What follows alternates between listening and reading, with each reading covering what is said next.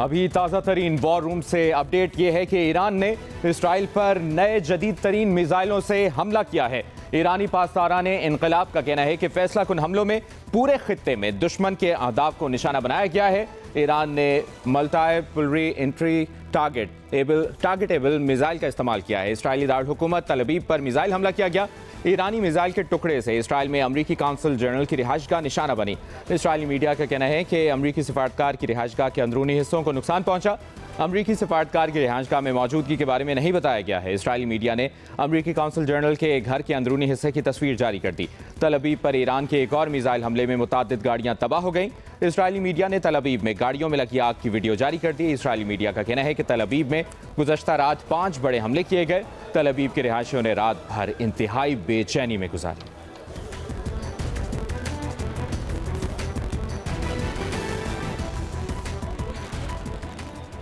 Iran की जानिब से मिसाइल और ड्रोन्स के बढ़ते हमले। इसराइल के पास मिसाइल रोकने वाले इंटरसेप्टर्स तेजी से कम हो रहे हैं। अमरीकी न्यूज़ वेबसाइट के मुताबिक इसराइल ने अमरीका को बताया है कि उसके पास बैलिस्टिक मिसाइल इंटरसेप्टर्स बहुत कम रह गए हैं। अमरीका इसराइल की कम इंटरसेप्टर सलाहियत से महीनों से आगाह है। दूसरी जानिब इसराइल ने मिसाइल इंटरसेप्टर्स में कमी पर अमरीका से मदद मांगने की इतलात की तरदीद की है। इसराइली वज़ीर ख़ारजा का कहना है कि अमरीका से नहीं कहा कि मिसाइल इंटरसेप्टर्स ख़त्म हो रहे हैं। इसराइल ने लबनान से बातचीत होने की इतलात की भी तरदीद कर दी। इसराइली वज़ीर ख़ारजा ने कहा आइंदा चंद रोज़ में लबनानी हुकूमत से बराह रास्त बातचीत का कोई इरादा नहीं। इसराइल से मुतालिक दोनों इतलात गुज़श्ता रोज़ इसराइली अखबार ने दी थी।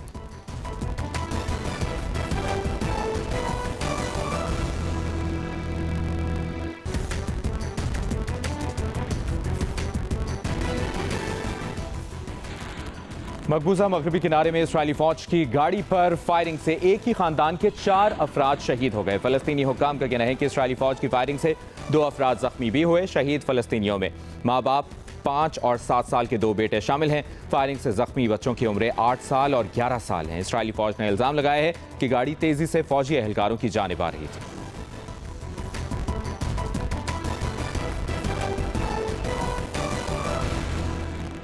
अमरीकी सदर डोनाल्ड ट्रंप ने आबनाए हुर्मुज़ खोलने के लिए चीन समेत दुनिया भर से मदद मांग ली। दावा किया कि आबनाए हुर्मुज़ की बंदिश से मुतासिर कई मुल्क उसे खुला रखने के लिए अमरीका के साथ मिलकर अपने जंगी बहरी जहाज भेज रहे हैं। ट्रंप ने उम्मीद जाहिर की कि चीन के साथ साथ फ्रांस, जापान, जनूबी कोरिया, बरतानिया और दीगर मुल्क भी अपने जंगी जहाज आबनाए हुर्मुज़ भेजेंगे। अमरीका आबनाए हुर्मुज़ के साहिली इलाकों पर शदीद बमबारी जारी रखेगा। आबनाए हुर्मुज़ में ईरान ने बारूदी सुरंगें बिछाई हैं या नहीं, अभी वाज़ेह नहीं। ये भी कहा कि आबनाए हुर्मुज़ से तेल लेने वाले ममालिक इस रास्ते की सिक्योरिटी खुद यकीनी बनाए। बोले ये हमेशा टीम वर्क होना चाहिए। ईरानी सुप्रीम लीडर मुश्तबा खमनाई की मौत की खबर अफवाह हो सकती है। ईरान तनाज़ा ख़त्म करने के लिए डील करना चाहता है। अभी तक ईरान की पेश करदा शराइत अच्छी नहीं। ईरान अभी तक हमारी शराइत कबूल करने के लिए तैयार नहीं। अमरीका ने ईरान को फौजी और मुआशी तौर पर मुकम्मल शिकस्त दे दी। बोले खारिज जजीरे का ज़्यादातर हिस्सा मुकम्मल तौर पर तबाह कर दिया, लेकिन शायद वहाँ तफरी के लिए चंद बार और हमला करें।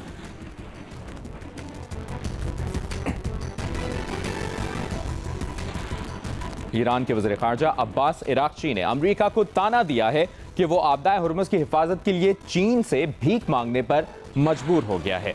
एक बयान में उन्होंने कहा कि खत्ते में अमरीकी सिक्योरिटी की छतरी में बहुत से सुराख हो चुके हैं और वो मुश्किलात से बचाने के बजाय मुश्किलात को दावत देने का सबब बन रही है। अब अमरीका चीन समेत दुनिया के दूसरे मुल्कों से भीख मांग रहा है कि वो आबनाए हुर्मुज़ को महफूज बनाने के लिए अमरीका की मदद करें। ईरानी वज़ीर ख़ारजा ने कहा कि वो बरादर पड़ोसी मुल्कों से मुतालबा करते हैं कि वो गैर मुल्की जारहीन को अपने खत्ते से निकाल बाहर करें। इसलिए इन जारह मुल्कों की वाहिद तशवीश सिर्फ इसराइल के लिए है।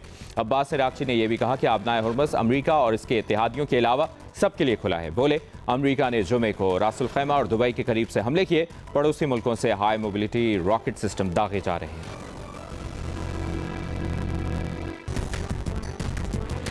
ईरान की कौमी सलामती काउंसिल के सेक्रेटरी अली लारिजानी का बयान शामिल करते हैं। उन्होंने कहा है कि सुना है कि एप्स्टीन टीम की वाक़यात ने 9/11 जैसा वाक़या करने और इल्ज़ाम ईरान पर लगाने की साजिश तैयार की है। ईरान बुनियादी तौर पर ऐसे दहशतगर्द मंसूबों का मुखालिफ है।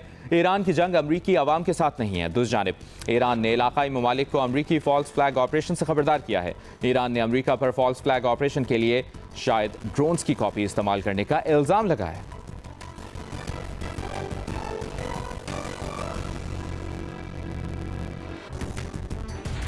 बहरी टैंकर्स की नकलो हरकत पर नजर रखने वाले प्लेटफॉर्म टैंकर ट्रैकर्स ने एक रिपोर्ट जारी की है। इस रिपोर्ट की तफसील आपके सामने रखते हैं।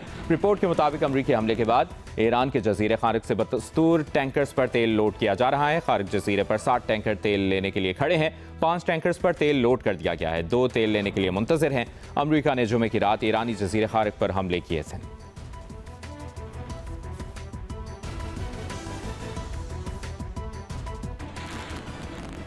वज़ीर आज़म शहबाज शरीफ की ज़ेर सदारत इजलास हुआ। इजलास में खित्ते की बदलती हुई सूरत हाल के पेश नज़र मुल्क में ग़ज़ाई सूरत हाल और वाफर अशिया की बरामदात का जायज़ा लिया गया। इजलास से खिताब करते हुए वज़ीर आज़म शहबाज शरीफ का कहना था कि मुल्क की ग़ज़ाई ज़रूरियात के लिए अशिया खुरनोश की तलब और रसद की मुकम्मल निगरानी की जाए। आलमी सप्लाई चेन्स मुतासर होने से खित्ते में पाकिस्तानी मसनूआत की बरामद की इस्तेदाद बढ़ी है। वाफर अशिया खुरनोश की खलीजी ममालिक में बरामद के लिए जामे लाइहा अमल तश्कील दिया जाए। वज़ीर आज़म शहबाज शरीफ ने हिदायत दी हैं कि PNSC खलीजी ममालिक में अशाए खुरनोश बरामद करने के लिए ज़रूरी इकदाम करे। इजलास को मुल्क में मौजूद अशाए खुरनोश के मौजूदा ज़खायर और पैदावार पर ब्रीफिंग दी गई। शुरका को बताया गया कि पाकिस्तान में ज़र अजनास, गोश्त, पोल्ट्री, डेयरी और सी फूड में बरामद की वसी इस्तेदाद है। अहम इजलास हुआ है। वज़ीर आज़म शहबाज शरीफ की ज़ेर सदारत इस इजलास में खित्ते की बदलती हुई सूरत हाल के पेश नज़र मुल्क में ग़ज़ाई सूरत हाल और वाफर अशिया की बरामदात का जायज़ा लिया गया।